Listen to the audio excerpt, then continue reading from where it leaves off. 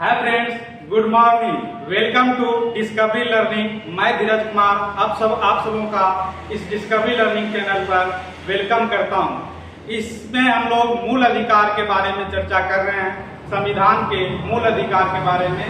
इसमें 6 प्रकार का अधिकार है।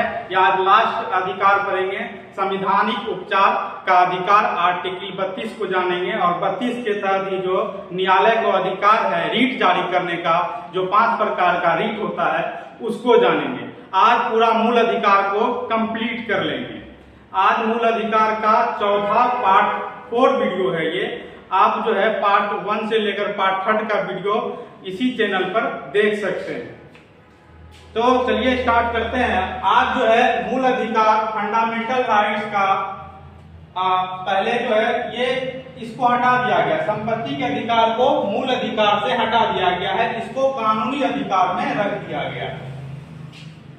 44वां संविधान संशोधन 1978 में जो है जनता पार्टी के सरकार के समय इस संपत्ति के अधिकार को हटा दिया गया है और आर्टिकल 19 में भी जो 6 प्रकार की स्वतंत्रता था उसमें से संपत्ति का अधिकार को हटा दिया गया था इसी संविधान संशोधन के तहत। यदि इसको हटाया गया तो कहां पे रखा गया, तो इसको हटाकर जो है 300 के क में रखा गया है, ठीक है, जो कि कानूनी अधिकार हो जाता है। यानी संपत्ति रखना आपके पास वह आपका मूल अधिकार नहीं है, अब यह कानूनी अधिकार बन गया है। कब से? 1978 से, 44वां संविधान संशोधन से। तो ये लागू किया गया है 20 जून 1979 से लागू हो गया। इसको भाग जो है 12 में और अध्याय 4 में रखा गया है। आर्टिकल पूछे तो अनुच्छेद 300 के क में रखा गया है, जो एक प्रकार से कानूनी अधिकार हो जाता है, ठीक है। मूल अधिकार जो है माँ बाप का प्यार पाना भी मूल अधिकार हो गया है। ये 2006 की घटना से, जिस मूल अधिकार में किसी तरह की कठिनाई समस्या आता है जिसके संरक्षण के लिए सुप्रीम कोर्ट और हाई कोर्ट जाते हैं, तो समय समय पर कोई मामला आता है तो उसमें सुप्रीम कोर्ट और हाई कोर्ट में जो भी आदेश देता है, जो भी निर्णय लेता है, तो वह एक तरह से इसमें जुट जाता है। उसी प्रकार से जो है माँ बाप का प्यार पाना मूल अधिकार है। कहने का मतलब है कि कोई बच्चा है और कोई बच्चा डिवोर्स हो जाता है, किसी जो है दो विवाहित जीवन में डिवोर्स हो जाने के कारण उसका जो बच्चा है किसी एक के पास रहेगा, यानी कि मम्मी के पास रहा, तो पापा को उससे प्यार करने का अधिकार है, उससे बच्चे से मिलने का अधिकार है, चाहे उसके पास रह रहा हो चाहे नहीं रह रहा हो। यदि मम्मी के पास रह रहा है तो, और यदि पापा के पास रह सकता है तो सेम जो है मम्मी उससे मिल सकती है, समझ सकती है, उसके बारे में जान सकती है, पूछ सकती है। ये अधिकार होता है। यानी बच्चों का जो है माँ बाप का प्यार पाना यह मूल अधिकार हो गया है। यह बात आप ध्यान रखिएगा। और मंदिरों में महिलाओं को जाने से अभी भी रोका जाता है ना, कहीं कहीं देखा जाता है, लेकिन मंदिरों में महिला को जाना, पूजा पाठ करना, पूजा अर्चना करना यह मूल अधिकार हो गया है। यह मूल अधिकार महाराष्ट्र के केस से लिया गया है और जो है मंदिरों में महिलाओं का प्रवेश एक मूल अधिकार हो गया। ये महाराष्ट्र का केस है, यानी कि लिख दिया मुंबई न्यायालय 2016 से जो है यह लागू हो गया कि महिला का मूल अधिकार हो गया पूजा अर्चना करना। तो पूजा अर्चना करना, मंदिर में प्रवेश करना महिलाओं का मूल अधिकार है। कब से? 2016 से। यह मुंबई के न्यायालय ने यह डिसीजन दिया था 2016 में। ये याद रखिएगा। और आर्टिकल 31 को हटा दिया गया है, यानी मूल अधिकार के संविधान से हटा दिया गया है, इसको अलग कर दिया गया है। ये बात आप समझ गए होंगे। अब पढ़ेंगे आर्टिकल 32। तो आर्टिकल 32 को ही डॉक्टर भीमराव अंबेडकर के द्वारा जो है संविधान का आत्मा कहा गया है, संविधान का संरक्षण कहा गया है। तो ये जो है संविधानिक उपचार भाग 6 है ना, ये पहले भाग 6 था ये, ठीक, लेकिन इसको हटा दिया गया। तो ये जो है साथ में आ जाएगा। कहीं कहीं बुक में जब सुधार कर दिया तो 6 होगा। तो 6 प्रकार की जो है अधिकार होता है मूल अधिकार। ये लास्ट अधिकार है संवैधानिक उपचार। इसमें लास्ट आर्ट में है और एक ही आर्टिकल है 32। और 32 आर्टिकल को ही संविधान का आत्मा कहा गया है। किसके द्वारा कहा गया है?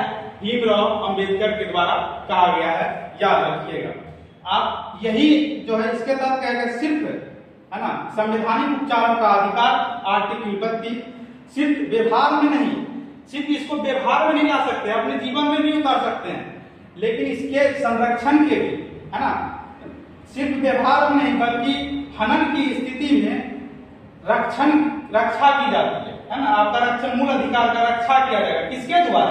सुप्रीम कोर्ट, हाई कोर्ट के द्वारा। कहने का मतलब आपका मूल अधिकार का हनन हो गया तो आप कहां जा सकते हैं? आप सुप्रीम कोर्ट जा सकते हैं, आप हाई कोर्ट जा सकते हैं। यानी सुप्रीम कोर्ट और हाई कोर्ट में जाने का आपका अधिकार होता है, जज के सामने बताने का कि मेरा मूल अधिकार का हनन हो रहा है। तो उस मूल अधिकार का हनन होने के कारण आप जो है सुप्रीम कोर्ट, हाई कोर्ट जा सकते हैं आर्टिकल 32 के तहत। ठीक है।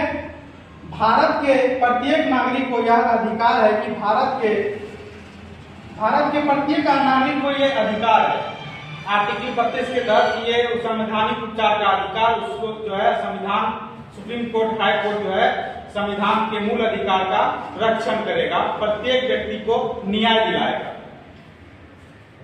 मूल अधिकार के उल्लंघन की स्थिति में अब कोई सरकारी आदमी है, अब कोई कोर्ट न्यायालय है निचले स्तर का, कोई सरकारी पदाधिकारी है जो जिसको उसके दायरे में जो काम होना चाहिए वह नहीं करता, यानी अपने दायरे से, अपने अधिकार क्षेत्र से ज्यादा, अधिकार क्षेत्र से ऊपर होकर कोई काम कर देता है जो कि उसके अधिकार क्षेत्र में नहीं होता है, लेकिन वह कार्य कर देता है। तो इस स्थिति में जो है, इसी स्थिति में रीट लाया गया जो कि 5 प्रकार का रीट है, आगे जानेंगे।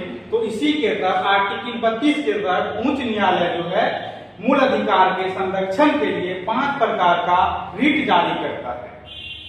ठीक है, उस रीट को आगे हम देखते हैं। अनुच्छेद 226 के तहत जो है 5 प्रकार के रीट का प्रावधान है। संविधान के मूल अधिकार का उल्लंघन करने पर, यानी किसी व्यक्ति द्वारा उल्लंघन किया जाए या किसी सरकारी पदाधिकारी द्वारा उल्लंघन किया जाए या कोई सरकार उल्लंघन करे, कोई राज्य उल्लंघन करे, कोई भी उल्लंघन करे संविधान का, तो जो है उच्च न्यायालय और सर्वोच्च न्यायालय इस पे 5 प्रकार का रीट का प्रावधान है, वह रीट निकाल के उसके प्रति जो है ये बता सकता है। रीट को आगे देखते हैं। पहला रीट है क्या? बंदी प्रत्यक्षकरण। पहला रीट है बंदी प्रत्यक्षकरण, ऑब्वियस कॉर्पस। तो इसमें जो है बिना अनुमति से किसी को बंदी बना लेना, ठीक है, बिना अनुमति से किसी को बंदी बना लेना, इसको ट्रिक से भी हम लोग याद रख सकते हैं। ट्रिक में क्या याद रखेंगे? बंदी पति परमेश्वर, बंदी पति परमेश्वर, बंदी पति परमेश्वर, उसका अधिकार। तो याद रखना है, बंदी पति परमेश्वर उसका अधिकार, यानी कि बंदी से हो जाएगा बंदी प्रत्यक्षकरण, पति से हो जाएगा परमादेश और परमेश्वर से हो जाएगा प्रतिषेध और उसका से हो जाएगा उत्प्रेषण। तो ये 5 प्रकार का जो आपका रीट है, इस ट्रिक से याद रखिएगा, बंदी पति परमेश्वर उसका अधिकार। ठीक है, इससे याद रखिएगा। और 5वां हो जाएगा अधिकार प्रत्यक्ष। ये 5 प्रकार का आपका क्या है? रीट है जो उच्च न्यायालय जारी करता है। तो पहला है बंदी प्रत्यक्षकरण, ऑब्वियस कॉर्पस, यानी कि कोई व्यक्ति को गिरफ्तार कर लिया जाता है, बंदी बना लिया जाता है, तो यह प्रावधान है कि उसको जो है न्यायालय के अधीन, न्यायालय के सामने लाना चाहिए। जिस व्यक्ति को गिरफ्तार कर लिया गया हो, जिस व्यक्ति को बंदी बना लिया गया हो, उसके तहत न्यायालय आने के बाद वह जानेगा, समझेगा कि उससे पूछागा क्यों बंदी बनाया गया है। यदि कोई कारण नहीं निकले, कोई ठोस सबूत नहीं निकले, तो उसको मुक्त करने का जो है सुप्रीम कोर्ट, हाई कोर्ट आदेश दे सकती है, यानी कि उसको मुक्त किया जाए। आपके पास कोई कारण नहीं है, आप क्यों इसको बंदी बनाए हैं या क्यों इसको गिरफ्तार किए हैं। तो यह है बंदी प्रत्यक्षकरण। गिरफ्तार या बंदी व्यक्ति को न्यायालय में लाना, बिना कारण का मुक्त करने का आदेश जो है उच्च न्यायालय देती है। अब है परमादेश। परमादेश जो है सार्वजनिक पदाधिकारी जो सरकारी सेवा में अपना कार्य दे रहे हैं, सरकारी पदाधिकारी, और उसके अंदर यानी कि उच्च न्यायालय से सुप्रीम कोर्ट से हाई कोर्ट नीचे आते हैं, यानी कि उसके अधीन होना, तो यह लिखे अधीनस्थ न्यायालय एवं व्यक्ति पर जब अपने दायित्व का पालन नहीं करे, यानी कि जो सरकारी पदाधिकारी है, जो नीचे का न्यायालय है, वह जो है अपने दायित्व का सही से काम नहीं करे, अपने दायित्व सही से नहीं निभाए, तो ये परमादेश जो है रीट जारी किया जाता है। परमादेश रीट जारी करता है जो सरकारी पदाधिकारी है वह बढ़िया से काम नहीं करता है, अपने संविधान में जो चीज लिखा गया है, जो काम उसको दायरे में लिखा गया कि आप इस दायरे के अंदर रह के काम कर सकते हैं, वह नहीं करता है, उससे ऊपर जाके कर जाता है, तो उसके लिए सब जो है रीट जारी किया जाता है। दायित्व का पालन नहीं करना की कहने का मतलब है कि आप कभी जाते हैं सरकारी काम कर्मचारी से काम कराने, देखते हैं लंच का टाइम नहीं है, लंच पर चल गया, आप आज गए कल बुला लेगा, कल गए परसों बुला लेगा, एक डॉक्यूमेंट नहीं लेके दूसरा डॉक्यूमेंट के बहाने आपको फिर से बुला लेगा, तो ये सब कारण है अपने दायित्व का वह नहीं निभाता, अपने दायित्व को सही से नहीं निभा पाना। अच्छा आज का काम है कल करेंगे, कल पे टाल देना, परसों पे टाल देना, तो इस तरह की दिशा में जो आपका मूल अधिकार का हनन होता है, संवैधानिक उपचार का आर्टिकल 32 के तहत जो है उच्च न्यायालय परमादेश जारी कर सकता है उस व्यक्ति पर जो सरकारी काम और सरकारी पदाधिकारी, सरकारी मंत्री हो, कोई भी हो या कोई व्यक्ति हो, तो उस पर क्या कर सकता है, ये रीट जारी कर सकता है, परमादेश जारी हो जाएगा, और परमादेश जारी होने के बाद जो है उसको न्यायालय को जवाब देना होगा कि वह क्यों काम नहीं करता है। यह होता है आपका परमादेश। अब है प्रतिषेध। प्रतिषेध जो है अधिकार क्षेत्र से बाहर जाकर कार्य करना, यह तो है कि काम नहीं करना, यह है प्रतिषेध, मतलब अपने अधिकार क्षेत्र से बाहर जाके कार्य करना।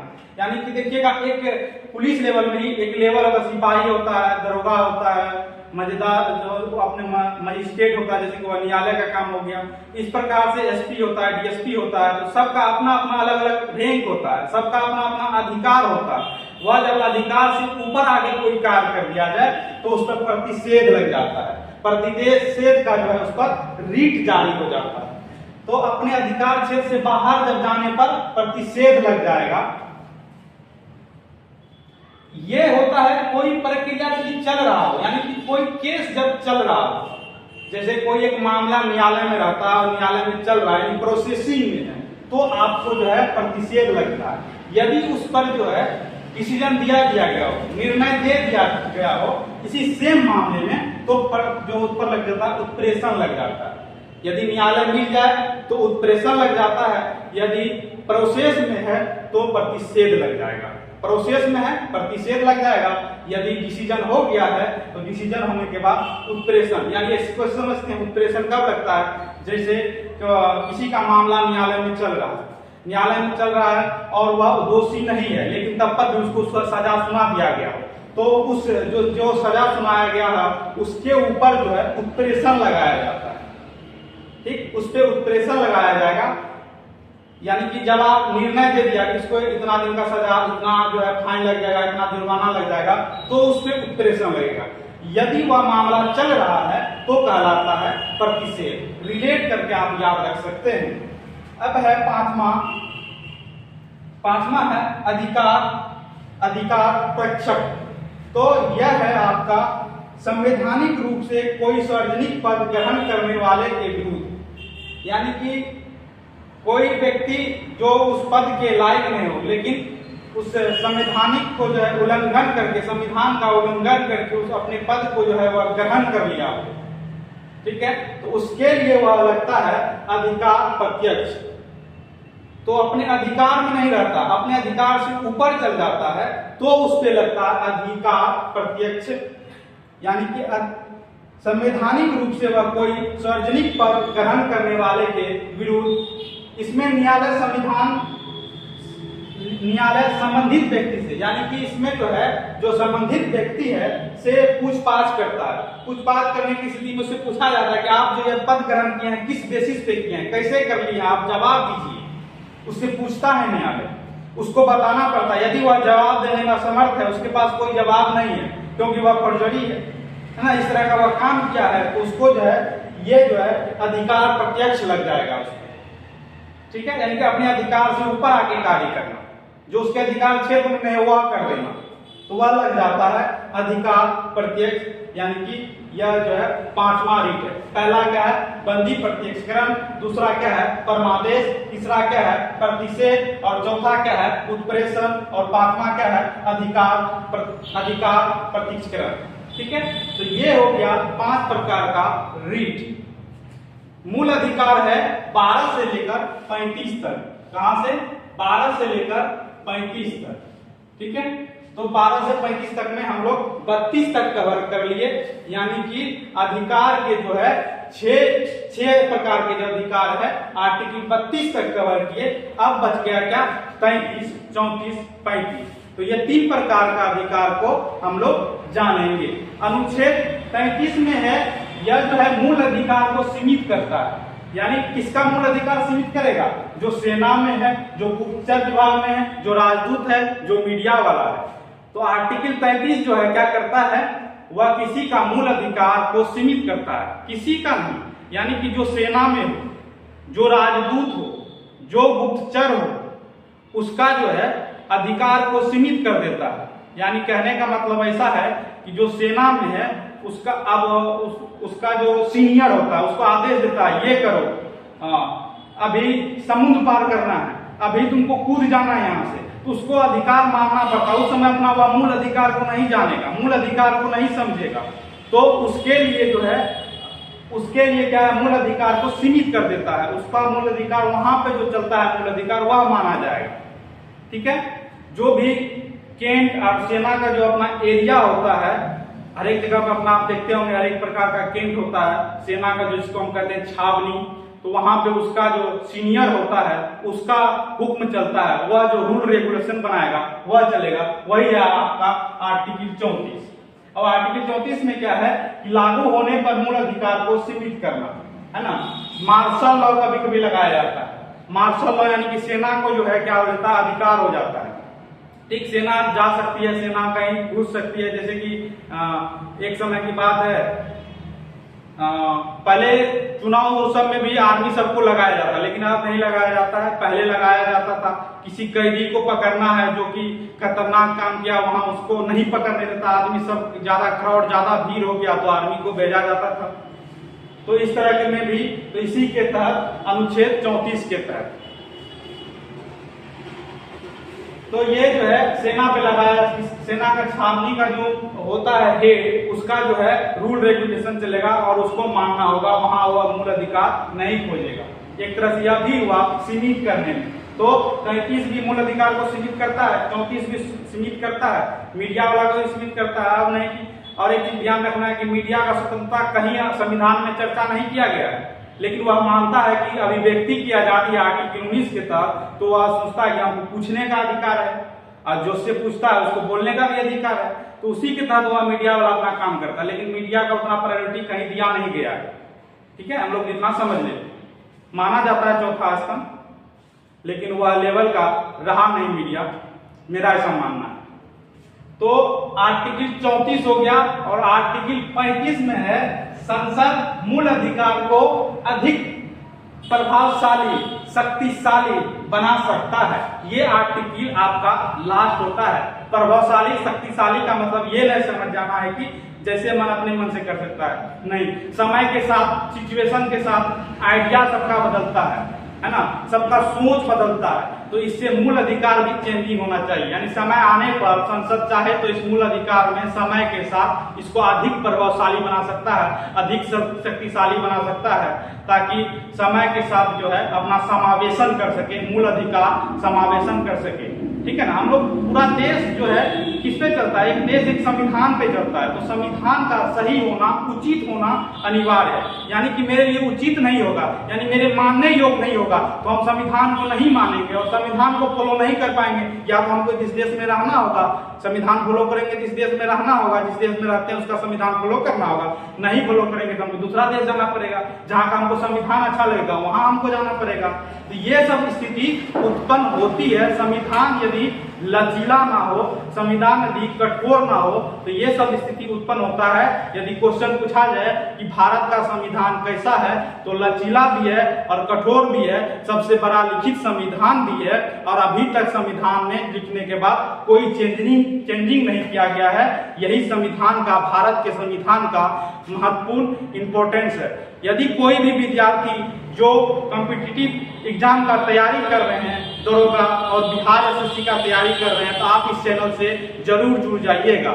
आपके लिए हम अलग अलग सब्जेक्ट का अलग अलग टीचर के माध्यम से क्लास प्रोवाइड करने का प्रयास करेंगे। आप इस चैनल को सब्सक्राइब कर लीजिएगा, इस पर हम टेस्ट सीरीज चलाने का भी प्रयास करेंगे। हम प्रयास करते हैं कि आगे से इस पर हर एक टीचर के द्वारा अलग अलग सब्जेक्ट का लाइव क्लास दिया जाए। तो यदि आप दरोगा का डबल स्टार का सपना है तो चैनल को सब्सक्राइब और इस वीडियो को लाइक अवश्य कर दीजिएगा। ठीक है, मिलते हैं अब नेक्स्ट क्लास में, तब तक के लिए जय हिंद।